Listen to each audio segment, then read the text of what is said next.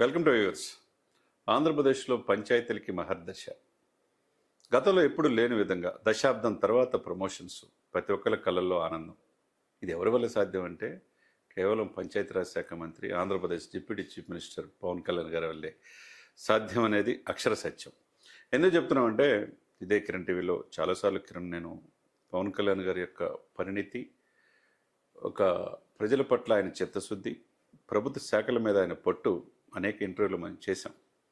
ఇప్పుడు పంచాయతీరాజ్ గ్రామీణాభివృద్ధిలో గత 5 సంవత్సరాల వైసీపీ ప్రభుత్వం పరిపాలించినప్పుడు 23వ స్థానం ఈ దేశంలోనే మంది. అంటే రాష్ట్రాలు 29, మంది 23వ స్థానం. అంటే ఆంధ్రప్రదేశ్ అక్షర క్రమంలో ఏ అనేది ఆంధ్రప్రదేశ్ అనేది ఫస్ట్ ఉండాల్సింది 23వ స్థానంలో ఉంది.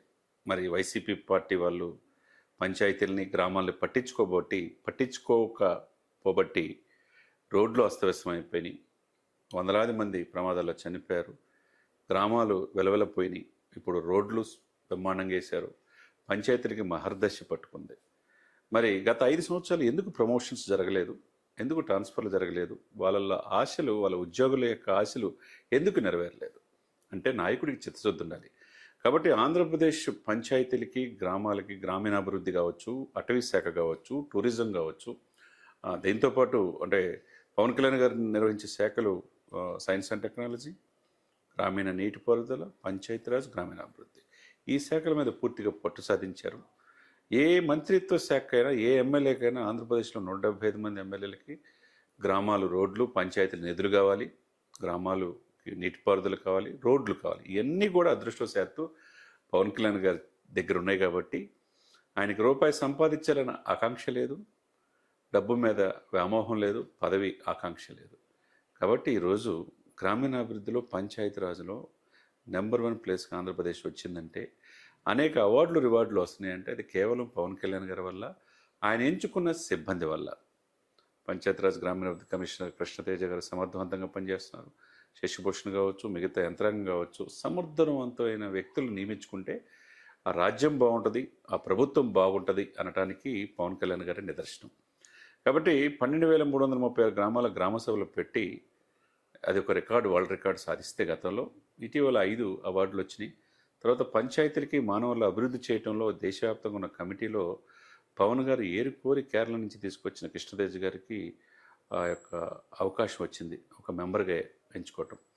సరే, కట్ చేస్తే నిన్న ₹1 కూడా మీ దగ్గర లంచం తీసుకోకుండా ట్రాన్స్ఫర్లు చేసాం. దశాబ్దంగా ఎవరు చేయలేని మేము చేసాం. కాబట్టి ప్రజల నుంచి ₹1 కూడా మీరు తీసుకోకుండా, లంచం తీసుకోకుండా పని చేయండి అని సాక్షాత్తు పవన్ కళ్యాణ్ గారి ఆదేశాల ప్రకారం ఆయా శాఖల పంచాయతీరాజ్ గ్రామీణాభివృద్ధి కమిషనర్గా కృష్ణతేజ గారు చెప్పినది చూస్తే ఇది వాస్తవం అందరికీ అర్థమైంది. నిబద్ధతతో పనిచేయాలి, ప్రజల కోసం మనం పనిచేయాలి, ప్రజాస్వామ్యబద్ధంగా మనం ప్రజలను ఎన్నుకున్నందుకు వాళ్ళకి రూపాయి లేకుండా వాళ్ళ సమస్యలు పరిష్కరించాలని ఆంధ్రప్రదేశ్ ప్రభుత్వం కృతనిశ్చయంతో ఉన్నట్టుగా తెలుస్తూ ఉంది. ఇది కావాల్సింది. దేశంలో ఏ రాష్ట్రంలో లేని విధంగా ఆంధ్రప్రదేశ్ పంచాయతీలకి మహర్దశ వచ్చింది.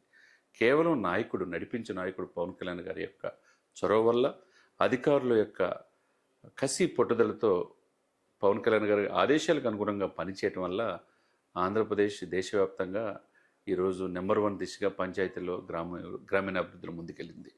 ఇంకోటి, పంచాయతీలో ఏ పని జరగాలన్నా, అక్కడ నీట్గా ఉండాలన్నా, అక్కడ గ్రామాల అభివృద్ధి చెందాలన్నా, అన్నీ కూడా ఆరోగ్య సమస్యలు తలెత్తకుండా ఉండాలంటే వివిధ శాఖల్లో పనిచేసే ఉద్యోగులు వాళ్ళకి ట్రాన్స్ఫర్ లేకపోతే దశాబ్దం తరబడి ఎందుకు పనిచేయాలనే వాళ్ళ నిరాసక్తి ఉండదు.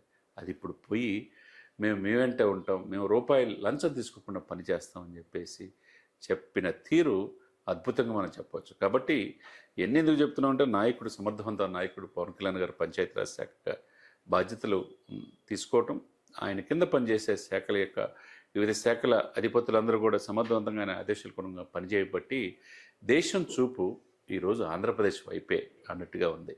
ఎప్పుడు లేని విధంగా రోడ్లు బాగున్నాయి, పంచాయతీలు, గ్రామాలు బాగున్నాయి, పట్టణాలకి గ్రామాలకి రోడ్డు కనెక్టివిటీ ఇచ్చేస్తున్నారు.